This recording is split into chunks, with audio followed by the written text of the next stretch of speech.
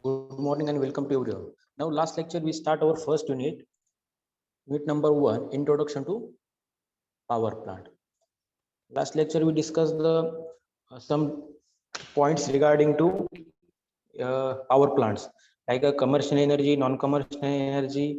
Then, what is the world and national scenario of the demands and the supply of the energy? Then we taken a criteria for the world and national scenario. They are given a three types of criteria. First one is the primary and secondary energy. Second one is the commercial or non-commercial energy. Third one is the renewable or non-renewable energy. Okay. Today we start introduction to power plant. Okay, there are various sources in a power plant. They are used for the storage, converted, and amplify for use.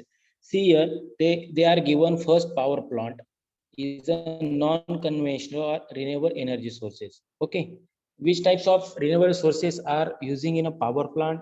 See here, first is a solar energy, wind energy, and ocean energy, biomass energy, and geothermal energy. They are given different types of energy: solar, wind, ocean, biomass, and geothermal. This is the your renewable energy sources. Okay, then second one is a conventional, means non renewable energy sources. Okay, renewable energy sources म्हणजे काय, जे naturally आपण तयार करू शकतो आणि त्याचा use केल्यानंतर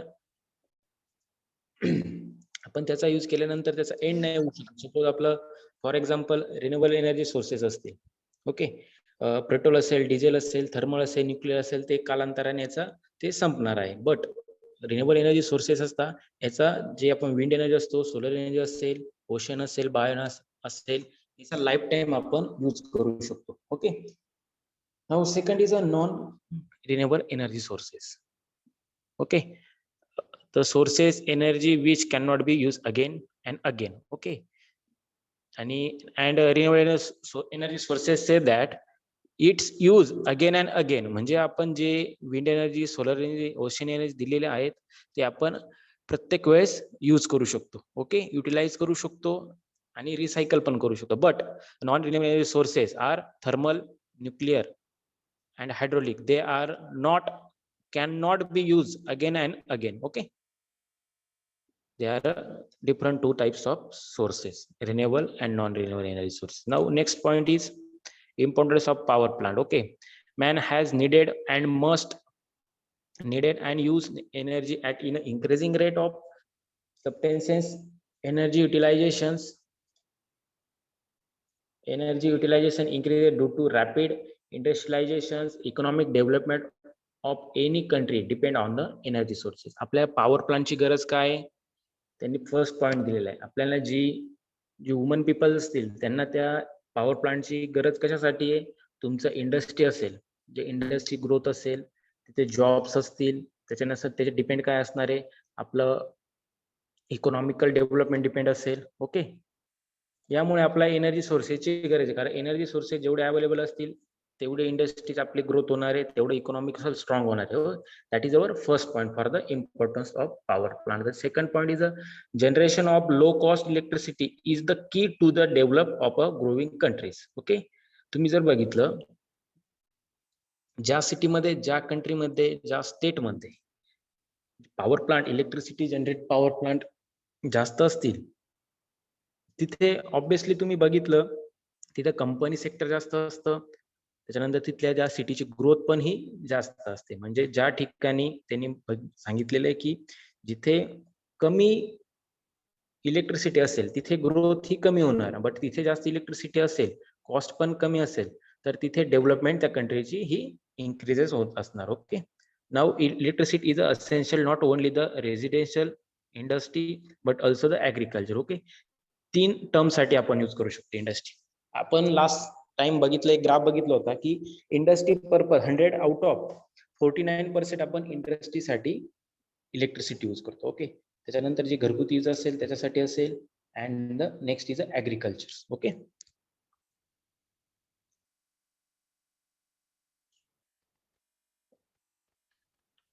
now next point is electricity is important for agriculture because water is a common substance required for the agriculture. Okay, agriculture, suppose industry असेल, इंडस्ट्रीला मशीन ऑपरेट करण्यासाठी इलेक्ट्रिसिटी गरजेचीच असते. तसेच ॲग्रिकल्चरसाठी जे आपले वॉटर असतं, वॉटर रिसोर्सेस असतील, जे आपले आपण बघतो की जे पाणी असेल शेतासाठी, जे आपण पाणी देतो, ड्रिप असेल, बाकी पण सोर्सेस असतील, त्यासाठी आपल्याला इलेक्ट्रिसिटी गरजेची असते. Okay, that is the most important for agriculture because of the water is a common substance for required agriculture. म्हणजे फक्त आपल्याला ॲग्रिकल्चरचा यूज जे आपण बघतो, मोटर असेल, आपण जे विहीर असते, बोर असतील, त्याच्यामध्ये मोटर यूज करतो, ते फक्त पाणी लिफ्ट करण्यासाठी आणि आपल्या शेतापर्यंत नेण्यासाठी आपण यूज करतो. म्हणजे फक्त इलेक्ट्रिसिटी त्यासाठीच गरजेची असते. Okay, now if there is a no nearby river, then you have to do go deep into the earth for water. Without the electricity, it is nearly impossible to get the water from the deep earth.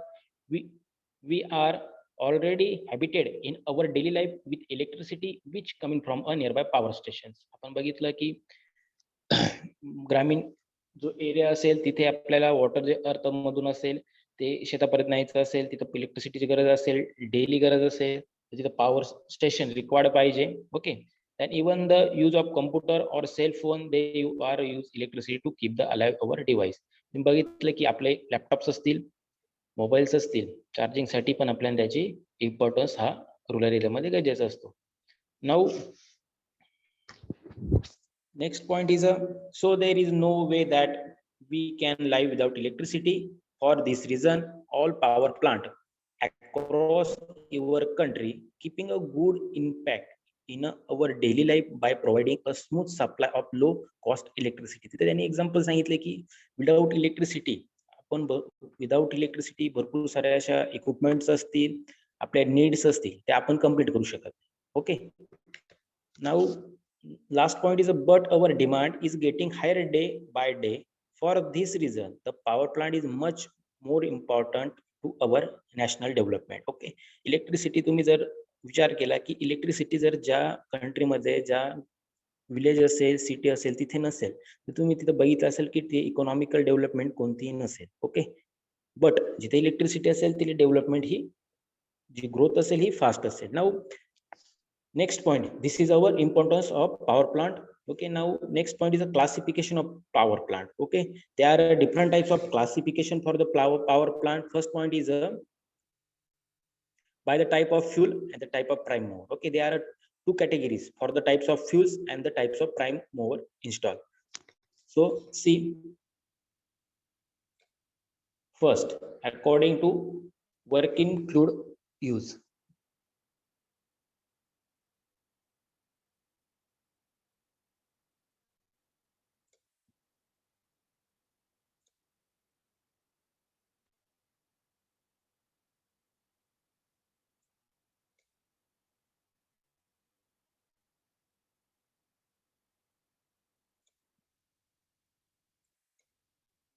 Okay, our point is classification of power plant. First is according to working fluid use.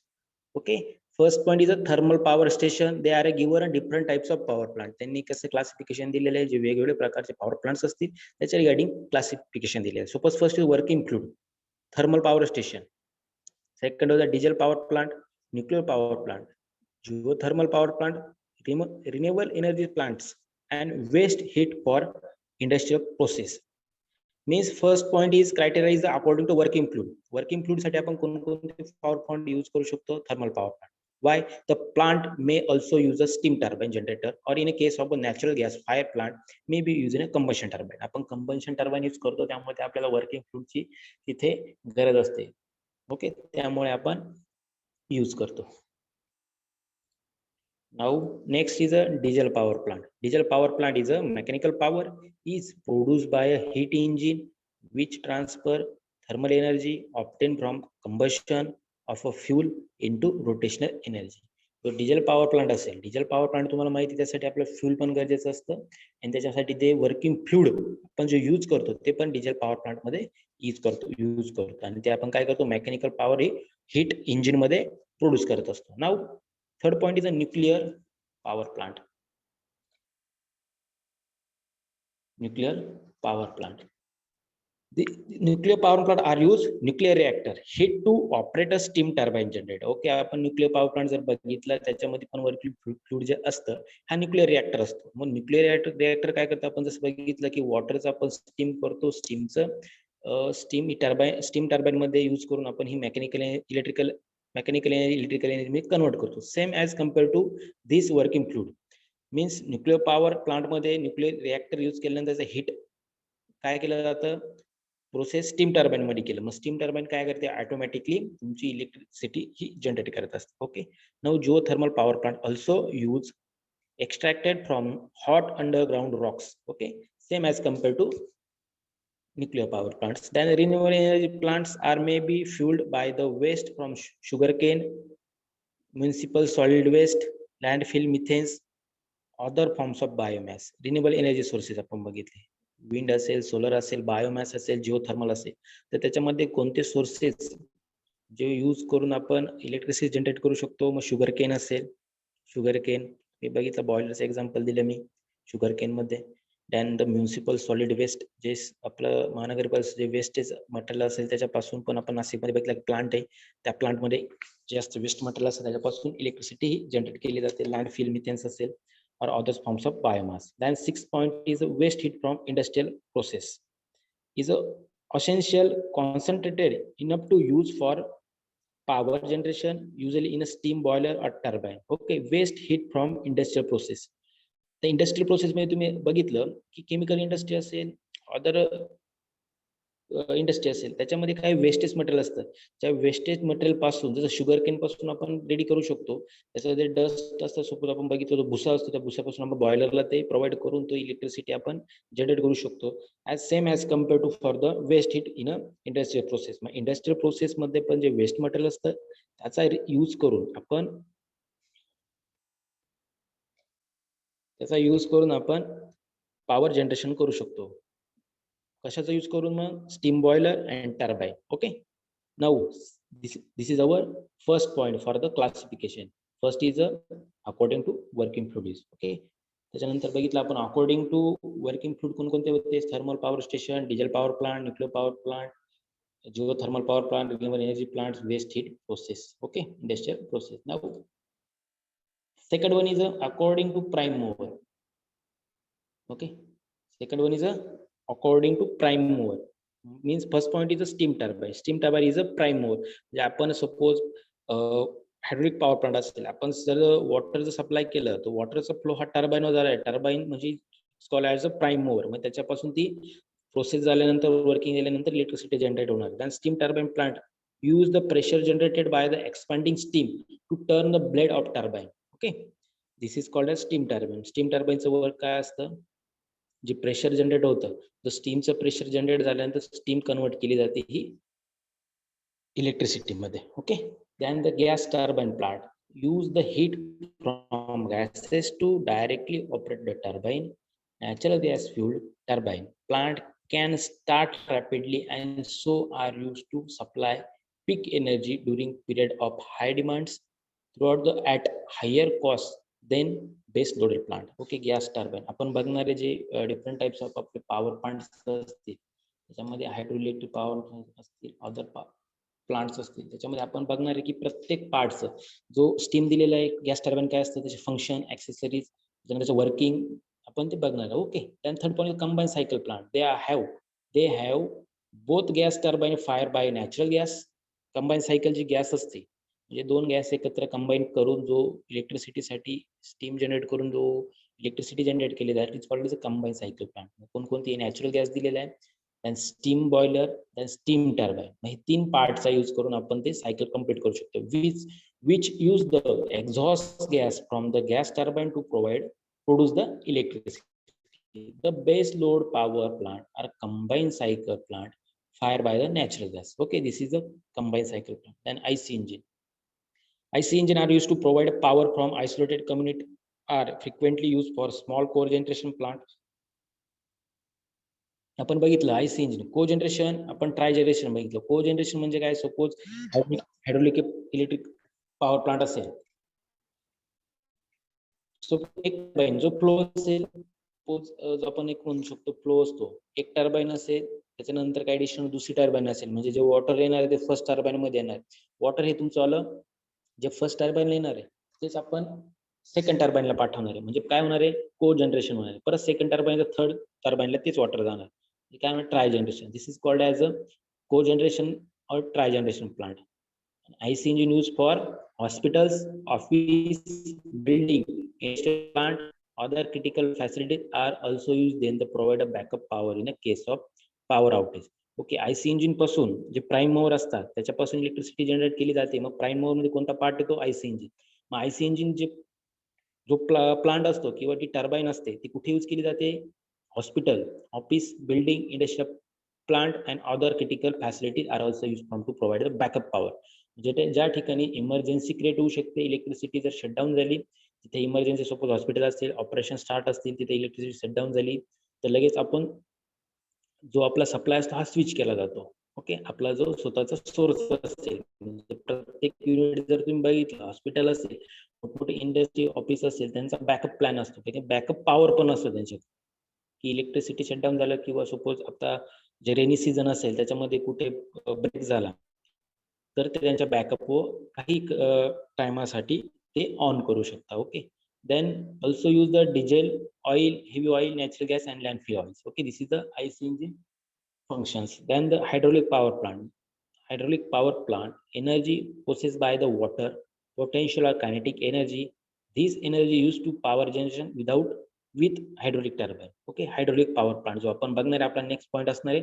Hydraulic power plant काय असतो, potential energy किंवा kinetic energy electricity मध्ये convert केली जाते. Okay, this is the hydraulic power plant. मग आपण बघितले classification of power plant बघितले. फर्स्ट पॉइंट होता आपला अकॉर्डिंग टू वर्किंग फ्लूइड. त्याच्यामध्ये आपण thermal, diesel, nuclear, energy waste आणि जिओथर्मल. त्याच्यानंतर होता prime mover, steam, gas turbine, combine cycle, IC engine and the hydraulic power plant. Then next part is a fuel. Okay, next is a fuel. First is what is the definition of fuel. Fuel can be defined as a substance which is a combustible matter which rapidly combine with the oxygen to provide the heat energy. Okay, fuels. आपण fuels कुठे use करू शकतो, for example diesel power plant असेल, आपल्या फ्यूलची requirement असेल, म्हणून फ्यूलची आपण diesel power plant मध्ये यूज करून सपोज आपल्याला 500चं फ्यूल असेल, ओके, त्याच्यामध्ये आपण 500ची जर पण परचेस केली, ही त्या पॉवर प्लांट जो पॉवर प्लांट आपण डिझेल 5 लिटरचं डिझेल तिथे यूज करणार. आपण बघितले असेल की ग्रामीण भागामध्ये म्हणजे ॲग्रिकल्चर सेक्टरमध्ये तुम्ही छोटे छोटे जनरेटर बघितले असतील, ते डिझेल ऑपरेट होतं. म्हणजे आपल्याला पंपसाठी यूज करतो, पंप करून आपण इलेक्ट्रिसिटी जनरेट करत असतो. That is the fuel for using in a diesel power plant. मग ते डिझेल आपण 5 लिटर यूज केलं, ते 5 लिटर यूज केलं त्याची कॉस्ट आणि 5 लिटरचे 500 रुपये लागले, तर त्याची कॉस्ट आणि जर इलेक्ट्रिसिटी आपण तेवढी अवरसाठी यूज केली असेल त्याला किती चार्जेस लागले त्याचं पण आपण अनालिसिस आणि कंबाईन जे अनालिसिस असेल ते चेक केलं पाहिजे, की डिझेल पासून जास्त इलेक्ट्रिसिटी जनरेट होऊ शकते किंवा त्याच कॉस्ट मध्ये आपण इलेक्ट्रिसिटी जास्त परचेस करू शकतो. याचा डिफरन्स पण आपण बघणार आहोत. Okay, now then next part is the types of fuels. Okay, there are different types of fuels. Suppose nuclear diesel power plant असेल तर आपण डिझेल पॉवर प्लांट मध्ये जे फ्यूल यूज करणार आहे त्याचे अदर पण फ्यूल्स असते, ते पण आपण कोणकोणते आहे ते बघणार आहे. Okay, the different fuels are use for natural solid fuel, artificial solid fuel, liquid fuel and gaseous fuel. They are given 4 types of fuels. Okay, first is a natural solid fuel. Example is wood, pick, ignite. Okay, this is the natural solid fuel. Second is artificial, wood, charcoal, coke. Okay, this is the artificial solid fuel. Then liquid fuel as a petrol, diesel, kerosene. This is called as a liquid fuel. Gaseous fuel like coal gas, methane, ethane. This is called as gaseous fuel. Okay, and आपण understand करायचं की types of fuel कोणकोणते असतात. Suppose wood असेल तो natural solid आहे, wood पासून आपण कुठे सपोज बॉयलर आहे, ओके, बॉयलर आहे, तर बॉयलरला आपण जर वूड यूज केलं तर त्याच्यापासून आपण स्टीम जनरेट करून इलेक्ट्रिसिटी जनरेट करू शकतो. That is the natural solid fuels. Okay, suppose artificial असेल, चारकोल असेल, तुम्ही चारकोल बघितला असेल, चारकोल जे असतात ते आपण रेल्वे असतील किंवा अदर जे इक्विपमेंट आपण बघितले असतील त्यासाठी आपण चारकोल यूज करतो. तो चारकोल पण आपण त्या चारकोलचा यूज करून आपण इलेक्ट्रिसिटी म्हणजे सपोज टर्बाईन असेल किंवा आपला बॉयलर असेल, बॉयलरमध्ये चारकोल यूज केला, हीट जनरेट झालं, बर्न झालं, त्याच्यापासून स्टीम जनरेट झाली आणि इलेक्ट्रिसिटी पण ही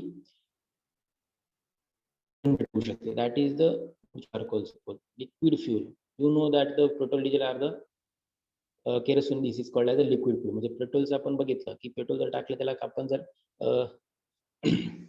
प्लांट मध्ये यूज केलं तर त्याच्यापासून आपण ऑलरेडी पेट्रोल डिझेल हे बर्न होतं.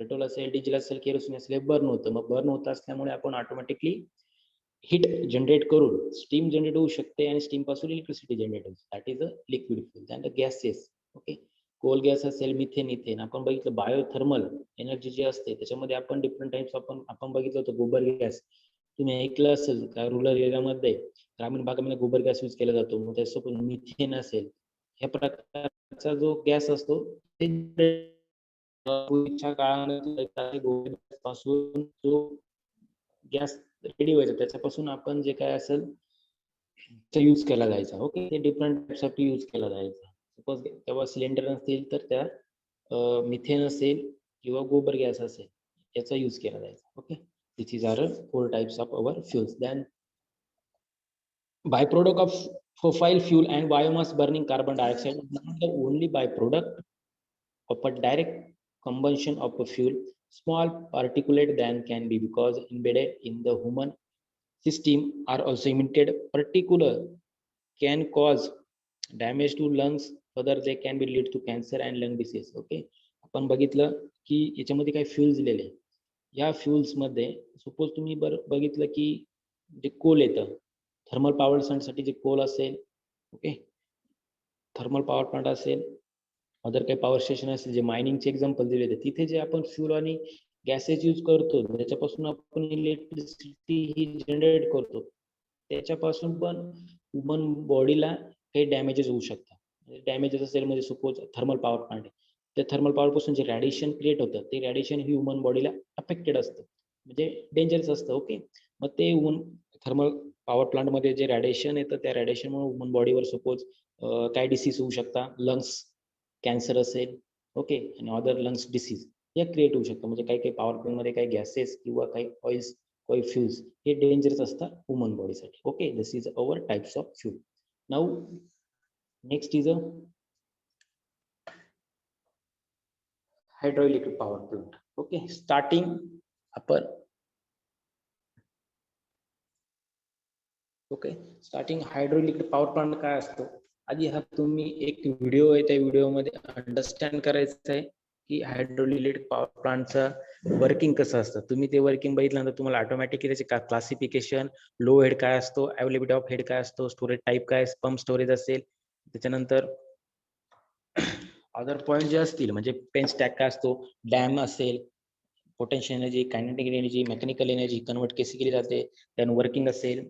And according to nature of loads, there are two types of loads like a base load, peak load, and according to the capacity of plant. हे तुम्हाला automatically understand होईल. त्यासाठी video आहे, तुम्ही ही video बघायची आहे, त्यामुळे तुम्हाला हायड्रोइलेक्ट्रिक पॉवर प्लांट कसं वर्किंग कसं असतं ते अंडरस्टँड.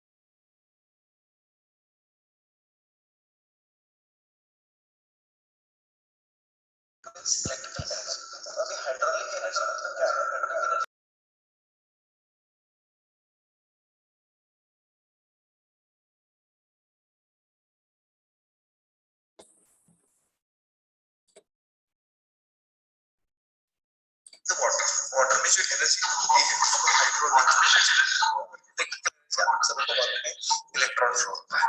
तो यहाँ पे एनर्जी प्रेजेंटली वर्ड में हाइड्रोल एनर्जी तैयार करते हैं.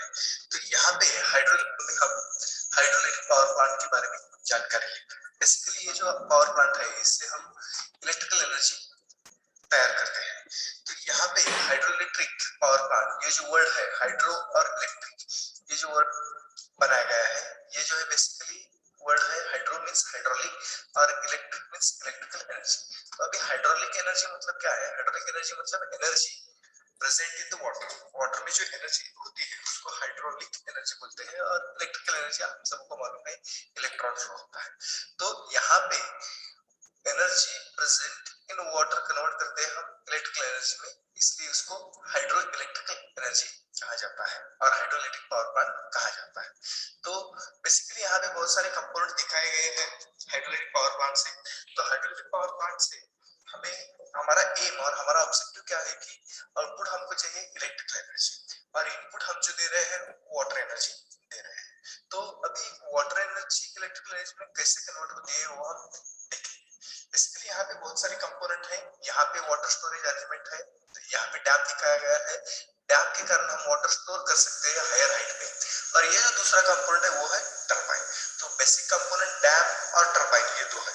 तो डैम अभी वाटर टरबाइन को कनेक्ट करने के लिए हम यूज करने वाले हैं पाइपलाइन। तो यहाँ से पाइपलाइन शुरू होगी और ये पाइपलाइन ऐसे होते हुए यहाँ पे आएगी टरबाइन के। तो ये जो पाइपलाइन है इसको टेक्निकल नेम दिया गया है पेनस्टॉक। पेनस्टॉक मतलब ये पाइपलाइन है जो वाटर कैरी करता है वाटर स्टोरेज से टरबाइन हाउस तक। तो यहाँ पे पेनस्टॉक का जो मटेरियल रहता है जनरली वो स्टील रहता है, नहीं तो कंक्रीट में रहता है। कंक्रीट का एडवांटेज रहेगा कि वो रस्टिंग नहीं होगा, करोजन नहीं होगा, उसके गंज नहीं लगेगी। ओके, तो अभी लगभग 2 से 3 मीटर इसका डायमीटर रहेगा। तो आप अंदाजा लगा सकते हैं कि ये कितना बड़ा रहेगा। 3 मीटर भी मैंने अगर कंसीडर कर दिया तो लगभग 10 फीट इसका डायमीटर रहेगा और 10 फीट डायमीटर पाइप से ये वाटर कैरी हो जाएगा डाउन तक। अभी डाउन साइड में इसमें क्या है, यहाँ पे एक वॉल दिखाया गया है जिससे हम वाटर क्लोज और ओपन कर सकते हैं। मतलब वाटर का जो फ्लो है वो डैम से टरबाइन हाउस तक छोड़ने का है या नहीं ये डिसाइड करेगा वॉल, ओपन और क्लोज से। इसके बाद यहाँ पे दिखाया गया है नोजल। अभी नोजल क्या है? नोजल एक कन्वर्जन एरिया डिवाइस है। कन्वर्जन एरिया मतलब यहाँ पे हम देख सकते हैं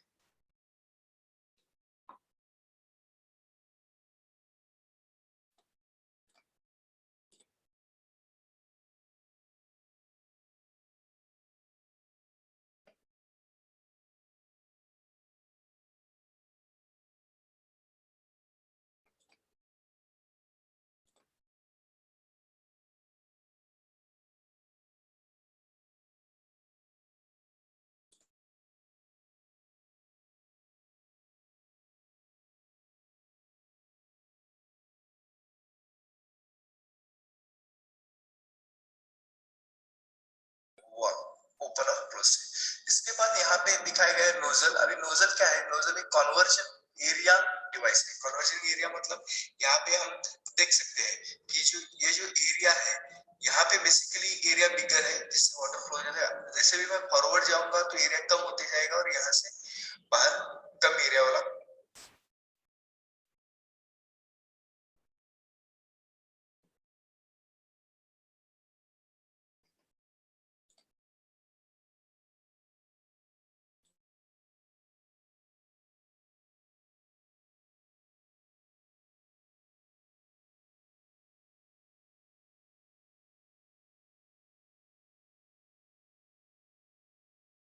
मतलब नोजल एक ऐसा डिवाइस है जहाँ पे मैं प्रेशर एनर्जी का कन्वर्जन काइनेटिक एनर्जी में कर सकता हूँ। तो यहाँ पे प्रेशर एनर्जी ज्यादा रहेगी, यहाँ पे काइनेटिक एनर्जी ज्यादा रहेगी। और इसके बाद ये जो वाटर है वो टरबाइन में जाएगी। अभी सर तुमचा आवाज अटकतोय। टरबाइन एक ऐसा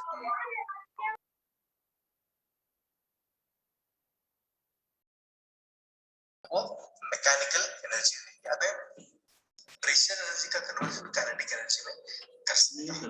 तो यहाँ पे प्रेशर एनर्जी ज्यादा रहेगी, यहाँ पे काइनेटिक एनर्जी ज्यादा रहेगी। और इसके बाद ये जो वाटर है वो टरबाइन में जाएगी। अभी टरबाइन क्या है? टरबाइन एक ऐसा डिवाइस है जिससे हम मैकेनिकल एनर्जी आउटपुट एक्सपेक्ट करते हैं। मतलब इससे जो बाहर एनर्जी हमको मिलने वाली है वो मैकेनिकल एनर्जी रहेगी। अभी मैकेनिकल एनर्जी क्या है? जो भी सॉलिड पार्ट रोटेट होता है या मूव होता है